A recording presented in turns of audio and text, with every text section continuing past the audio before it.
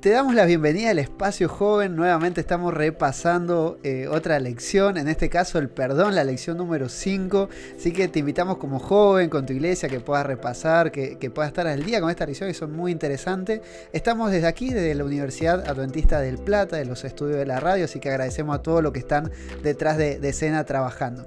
Mi nombre es Nicolás Lurachi, parte del equipo de capellanía, y tengo mis compañeros que están en este momento repasando la lección. Estoy con Ale. ¿Cómo estás, Ale? Hola, Nico, la verdad que contento junto de estar aquí con Aileen, de poder repasar, poder estudiar. Y esta es una lección linda. La verdad que me gustó mucho estudiar. Totalmente. Ya la palabra no se pensaba, el perdón. Sí, el perdón. Es una palabra profunda. Exactamente, incluso se viene relacionando con la anterior. Totalmente, es verdad, es verdad.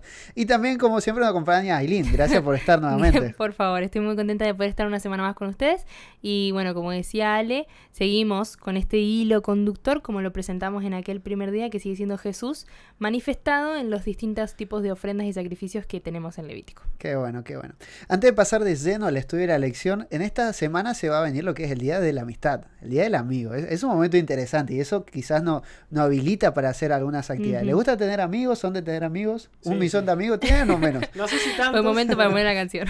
No sé si tantos, pero sí, tenemos amigos. Sí. Y justamente todas las lecciones que hemos estado hablando de la amistad, de la reconciliación. Entonces está bueno haber llegado a esta lección número 5, habiendo reconciliado, habiendo tenido paz con los chicos. Bien con nuestros amigos. Claro. Podamos celebrar el Día de la Amistad después de todos los pasos de la lección nos venía preparando justamente para este día, para hacerle honor. Totalmente. La lección, como ustedes saben, siempre al final tienes actividades para que puedas hacer con tu grupo de joven, con tu iglesia. Y en este caso habla sobre el Día de la Amistad. Así que es un buen momento quizá para hacer un programa, para celebrar como amigos, como jóvenes que nos podemos divertir sanamente. Y creo que eso sí. Es lindo. Espero que lo puedan hacer como iglesia y como grupo. Vamos a meternos ahora sí ya en el estudio de la lección. Esta semana, como habla sobre el perdón. Creo que eso es muy interesante. Y en esta ocasión estamos estudiando el libro de Levítico, como todo el trimestre, el capítulo número 4. Estuvimos viendo varias ofrendas que aquí las tengo anotadas. Vimos la ofrenda del perdón, la ofrenda quemada, la ofrenda del cereal, la ofrenda de la comunión, en realidad la del perdón es la que estamos viendo ahora. Sí. Pero en comparación con estas ofrendas, ¿qué diferencia hay con esta del perdón, con estas tres que ya vimos en las semanas anteriores? Con estas que vimos anteriormente es que esta era obligatoria.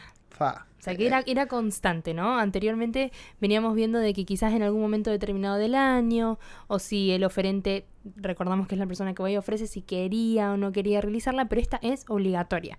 Lo cual para mí es un factor de que es importantísimo aquel mensaje a lo que específicamente Dios no quiere recordar, ¿no? Llevar nuestra atención hacia eso. Es como que lo resalta con un marcador. Obligatorio. Exacto. Esto es obligatorio y es importante. ¿Y por qué era tan importante? Bueno, la lección acá anoté, nos decía de que era súper importante porque nos recuerda el constante valor que Dios le otorga al perdón, ¿no? Quizás para bajarlo un poquito más a nuestros días, últimamente estuve leyendo un librito que decía que por ahí nos cuesta a nosotros, como seres humanos, perdonar a aquellas personas a las cuales nosotros nos sentimos superiores en algún aspecto, ¿no?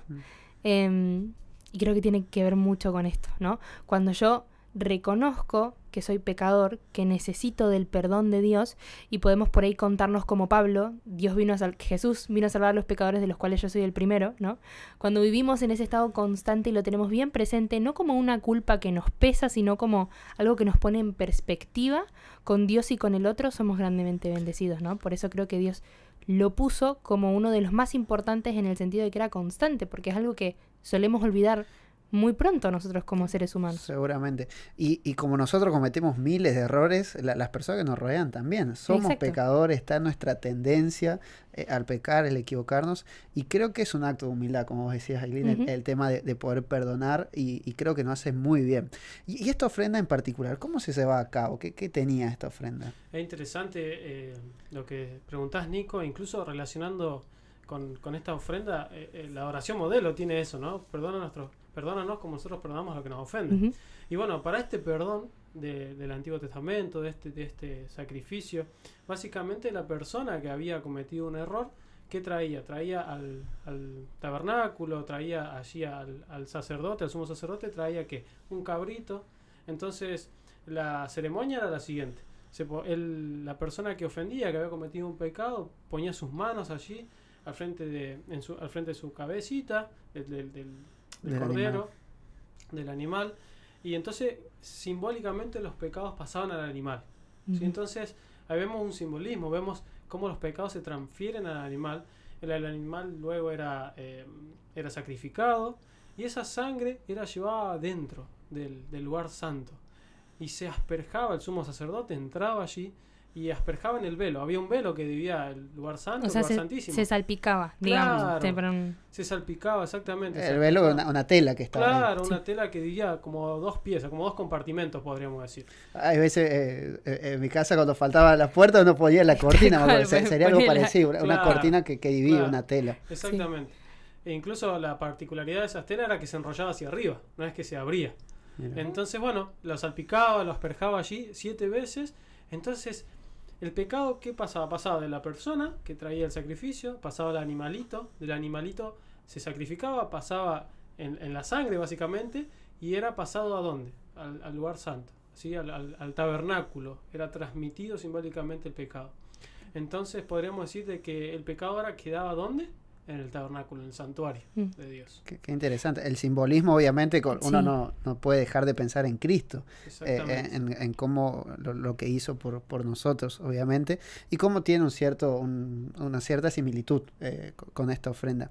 Y quizás otra de los temas que toca esta semana es el pecado, que a lo largo de la Biblia se define de distintas maneras, pero siempre tiene una definición bastante de diccionario, y Levítico apoya esto. ¿Qué habla Levítico del pecado? Levítico apoya mucho esto y me gusta el hecho de pensar, como bien decías, Nico, que a través de la Biblia Dios nos revela varios conceptos o varios distintos ángulos, digamos, desde donde podríamos abordar la definición de qué es pecado, ¿no?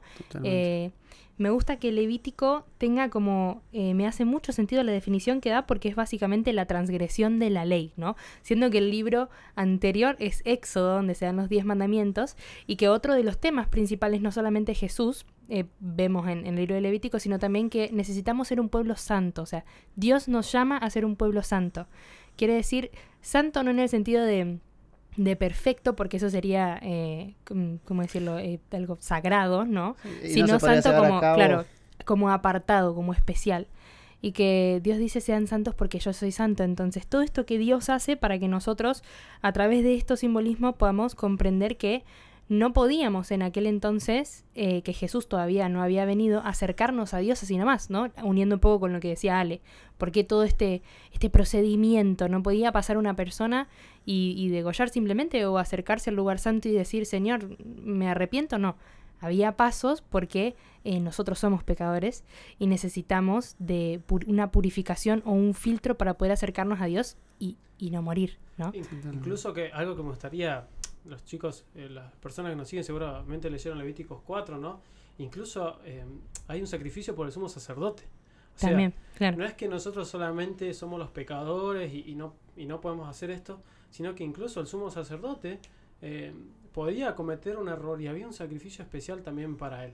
Entonces aquí vemos de que hay un sacrificio por el perdón para todos, no solamente para una persona que no era levita, que no trabajaba, podríamos decir, en el santuario, sino también incluso para el sumo sacerdote, que era la figura máxima en representación. Los líderes religiosos también tenían que pasar por eso.